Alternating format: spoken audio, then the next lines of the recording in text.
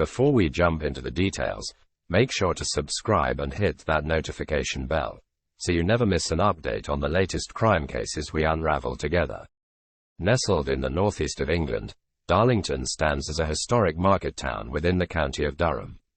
In a shocking turn for the community, an unexpected incident of cannibalism unfolded.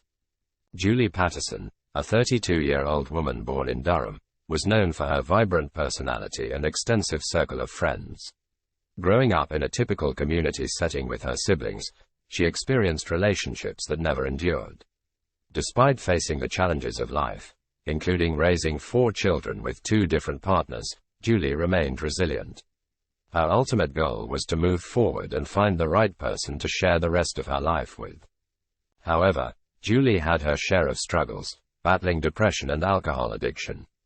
Her brother, Michael, with whom she shared a close bond, revealed that Julie was on antidepressants and often began drinking early in the morning.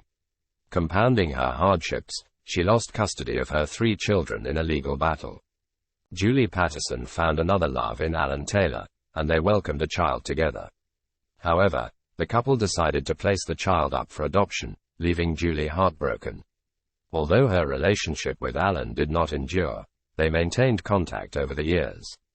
Julie's struggles with depression persisted, leading her to frequently embark on extended benders in local pubs, disappearing for days. Returning home disoriented, with unkempt hair and clothes, she was often spotted alongside homeless individuals, spending days sleeping on the streets. One fateful night at a pub, Julie encountered David Harker, a 24-year-old adorned with tattoos on his head bearing the words, "disorder," and "subhuman." Despite his unconventional appearance, David was known to turn on the charm. Julie and David immediately hit it off. David Harker had moved to Darlington in 1995, having faced a challenging childhood and maintaining a constant presence on the police radar.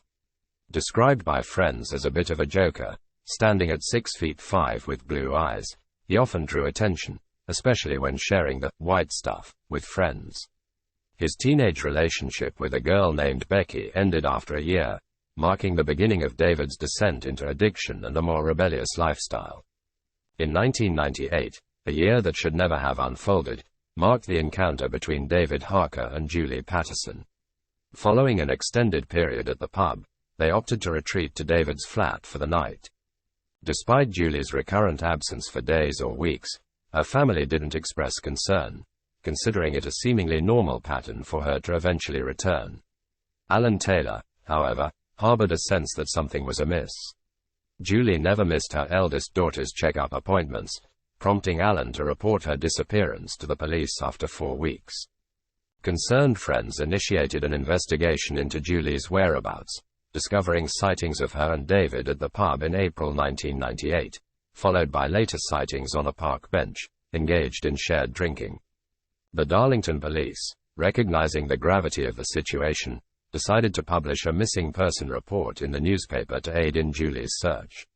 A crucial breakthrough occurred when a phone call was received by the police from an individual who recognized Julie in the newspaper and overheard someone at the pub claiming to have killed Julie Patterson. At 2:30 a.m., the police made the decision to visit the man who had been rambling about murdering a woman named Julie. Upon searching his flat, they discovered blood-stained floors and bizarre messages scrawled on the wall, creating what one forensic officer likened to a scene from Silence of the Lambs. As the police combed the entire area, approaching the back of the building, they were met with a putrid odor resembling that of a deceased animal. A police sniffer dog, upon reaching a quiet lane, began barking at an object in a hedge. Officer David Davies retrieved a bin bag containing a pillowcase holding the rotting remains of some flesh, with some bone, infested with insects.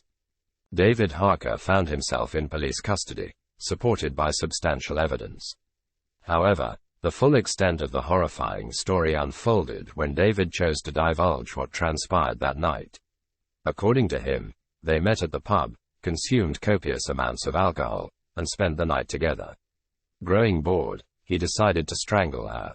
Upon realizing she was dead, he engaged in necrophilia. The gruesome act continued as he expressed hunger, prompting him to cut flesh from her thighs.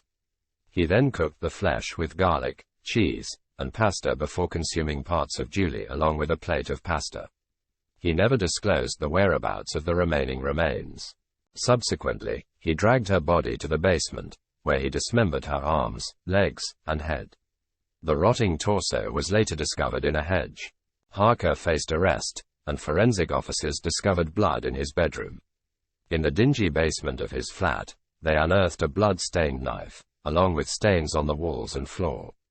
On the wall, ominous messages were scrawled, including, "I have lost the will to live. Nothing more for me to say." David Harker, having admitted to the manslaughter of Julie Patterson in Darlington in February 1998, is now serving a life sentence. In October 2021, Harker, now 49, was denied parole for the 7th time. He, who proudly claimed to have consumed parts of the 32-year-old mother of 4 with pasta and cheese, has spent nearly half of his life behind bars. Harker stands among the initial murderers to be denied release under Helen's law. Even after 26 years, Julie's head and limbs remain undiscovered. Despite desperate pleas, Harker, who left a cryptic riddle as a clue, adamantly refuses to disclose their location.